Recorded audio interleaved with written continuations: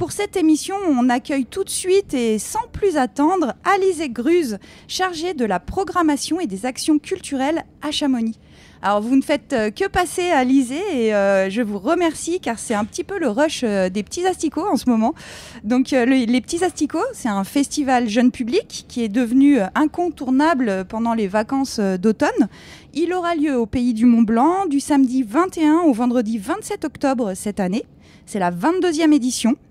Alizée, donc la programmation est encore très très riche cette année. Est-ce que vous pouvez nous en dire un petit peu plus en quelques mots ?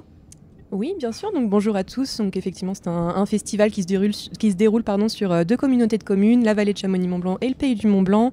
Donc, on a une programmation qui est hétéroclite, très variée. On aura donc Les Yeux de Taki, un spectacle de marionnettes vraiment très joli. On aura même pas acoustique, un groupe de musique. On aura également un petit spectacle de marionnettes à main nue qui va être super sympa avec un village festif à Valorcine. Et puis on aura aussi un petit théâtre d'ombre avec Les Petites Saisons, un spectacle tout en douceur pour le jeune public.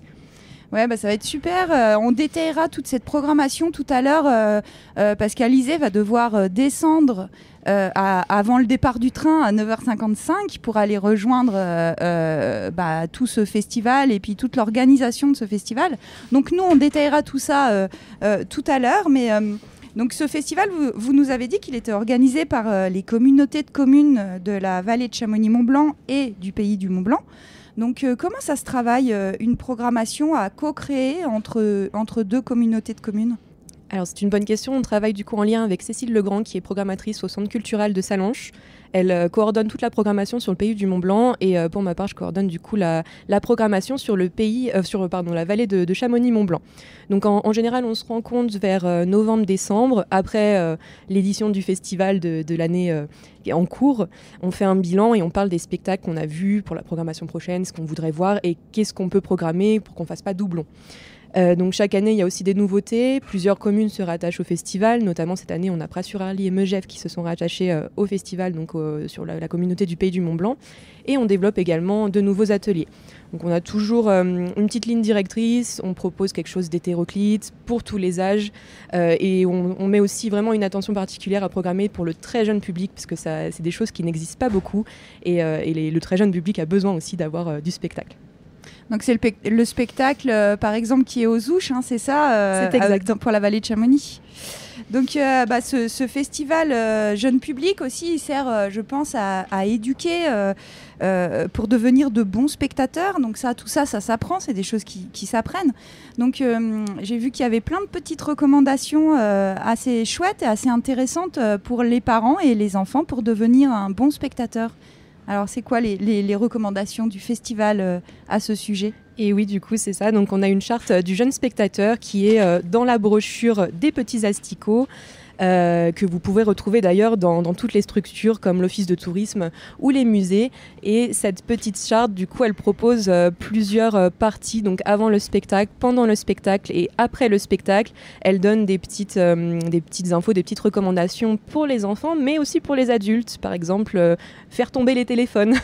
Et donc pour les enfants, on regarde la plaquette, on regarde l'âge qui conviendra à l'enfant. On arrive 15 minutes avant le spectacle, faire sa pause pipi. Et puis voilà, après... des petites consignes pour bien écouter, bien être attentif. Et puis après le spectacle, on peut applaudir, poser des questions si on le veut.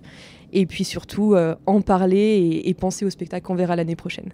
Ouais, parce que c'est aussi ça, c'est vrai, le festival des petits asticots, il y a toujours de chouettes rencontres qui se font avec les compagnies présentes. Et c'est intéressant de permettre aux enfants de voir tous ces métiers liés au spectacle, au spectacle vivant. Donc, et je sais qu'on vous avait déjà interviewé au sujet donc, des représentations qui sont en direction des scolaires, que vous proposez en direction des scolaires. Et vous avez déjà commencé. Moi, ma fille de 4 ans a déjà vu Rosa Luna, la fille de Kirstine aussi, je crois. Elle est allée voir Rosa Luna. Oui, et puis aujourd'hui, ma grande, je pense, une spectacle qui demande qu'il s'habille en noir et blanc. C'est exact. Ça oui. Alors racontez-nous un petit peu ce qui se passe cette semaine de pré-vacances d'automne pour les enfants de la vallée de Chamonix. Qui va pouvoir voir des spectacles? Qui en a déjà vu? Alors oui, effectivement, donc on a accueilli sur le début de la semaine Rosalune, qui est un très très joli spectacle de la compagnie Compte en Nombre et qui a fait l'unanimité auprès des enseignants et des élèves de maternelle.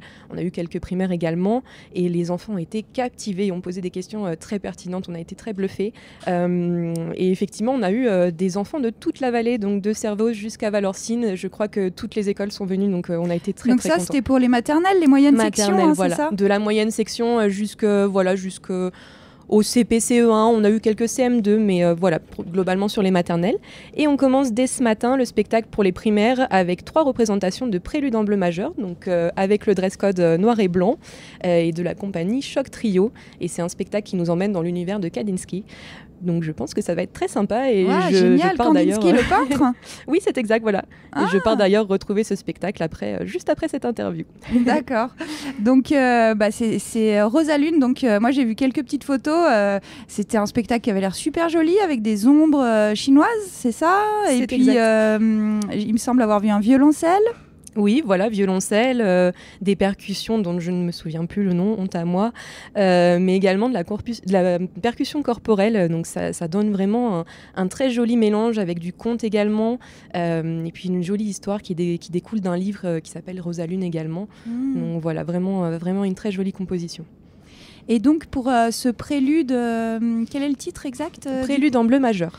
Prélude en bleu majeur, donc autour de Kandinsky. Alors les enfants vont participer, c'est ça? Ou vu qu'il y a un dress code, qu'est-ce qui va se passer pour les enfants alors? Alors ça c'est une petite surprise, s'ils ont bien respecté le dress code, ils auront sûrement une petite surprise, mais voilà, on en tout cas tout dévoiler alors. C'est pour l'ambiance dans la salle, c'est pour être en lien avec Monsieur Maurice, le seul en scène du coup qui nous présentera ce spectacle. J'en sais pas plus, je ne l'ai pas encore vu, mais ça s'annonce très chouette aussi. Ok, donc c'est des spectacles qui sont différents de ce que vous avez proposé pour la programmation du festival. C'est des spectacles donc différents de la programmation du festival. C'est exact. C'est ça. Et donc pour cette programmation, alors nous on va rentrer dans les détails tout à l'heure avec Kirstine, on rentrera plus dans les détails de ce qui va se passer à partir du samedi 21 octobre. Oui. Donc on peut peut-être juste dire que le samedi 21 octobre sera ouvert avec un spectacle à l'EMC2.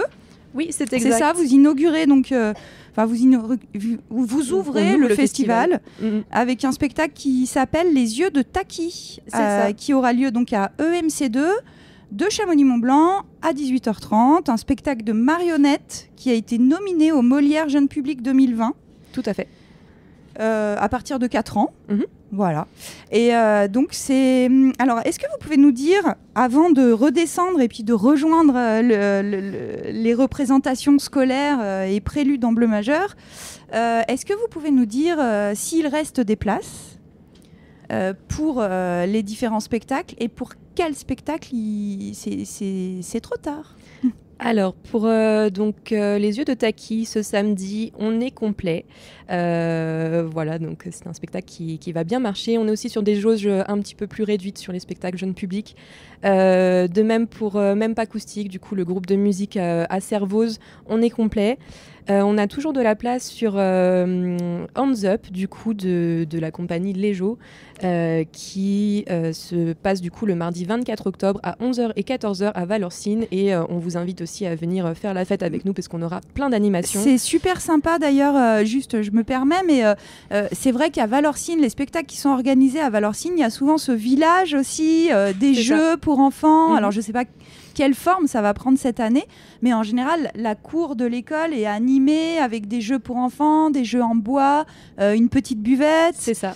Et c'est vraiment un chouette moment. Donc alors moi ce que je vous conseille, et c'est ce que je vais d'ailleurs faire, c'est de prendre le Mont Blanc Express, de monter jusqu'à Valorcine. Ah non, c'est pas possible, il y a les travaux. Eh bien non, effectivement. Mais ils ont mis des bus en remplacement. Eh oui. Le bus, c'est le même créneau horaire que le train. Et c'est un très grand bus d'ailleurs qui marche avec le gaz naturel. Tu verras, il y a des fleurs dessus. Alors, je prendrai le bus. Je prendrai le bus. Oui, c'est vrai que j'avais oublié cette phase de travaux sur le haut de la ligne. Pourtant, je devrais le savoir puisque notre émission ira jusqu'à Saint-Gervais aujourd'hui et ne monte pas à Valorcine. Mais donc voilà, on prendra le bus. Moi, je prendrai le bus et puis je pique-nique à Valorcine. C'est toujours hyper sympa de pique-niquer dans la cour, de pouvoir profiter de tout ce qui est proposé, quoi. Et on aura effectivement la buvette qui proposera aussi un petit peu de nourriture salée et sucrée et puis des boissons. Ok, donc je prends même pas de pique-nique, alors je peux manger là-haut. On reçoit du coup le PDA qui nous fait le plaisir d'animer cette buvette. D'accord, le PDA c'est alors, c'est une association pour les jeunes qui propose du coup de faire un petit peu travailler les jeunes de 15-16 ans, voilà, les ados qui sont un petit peu en difficulté certaines fois et puis qui leur ouvrent un petit peu au monde du travail. Donc notamment, ils nous aident sur la distribution des brochures certaines fois et puis là, ils nous aident sur la vente du coup de la buvette. Ok, voilà. Formidable. Et donc, pour conclure effectivement sur nos spectacles, on a aussi encore de la place sur les petites saisons, sur la séance de 11h, la séance de 9h30 étant déjà complète. D'accord, donc les petites saisons, c'est le spectacle qui a lieu aux Ouches. C'est bien ça. Et qui est destiné au très jeune public, puisqu'on peut venir avec son bébé dès 3 mois. Oui, c'est ça, voilà, donc dès 3 mois jusqu'à 3 ans. Et puis c'est toujours sympa, en fait, ça va être avec de la musique, des ondes, donc je pense que les enfants, même tout petits, vont adorer le spectacle. Ok, et pour réserver, donc pour les quelques spectacles qui restent, donc soit pour Valorcine, soit pour le spectacle des Ouches, comment on fait ? Est-ce qu'on peut acheter ses billets sur place ou c'est déconseillé ? Vaut mieux se déplacer, hein, non ? Vaut mieux réserver sur Internet ? Alors, il est toujours préférable de réserver sur Internet quand même, parce qu'on n'est pas sûr d'avoir sa place quand on vient directement au spectacle. Donc, on peut réserver soit sur Internet, sur le site de la commune, donc le site chamonix.fr. Et sinon, on peut passer directement au service culturel. Donc, nous, on se situe en haut de l'office de tourisme, au 2e étage. Donc, on peut venir réserver au niveau directement de l'office de tourisme. Et sinon, on peut le faire par téléphone également. Ok, merci beaucoup Alizée d'avoir Merci. D'être montée à bord du Mont Blanc Express pour nous expliquer tout ce festival Les Petits Asticots.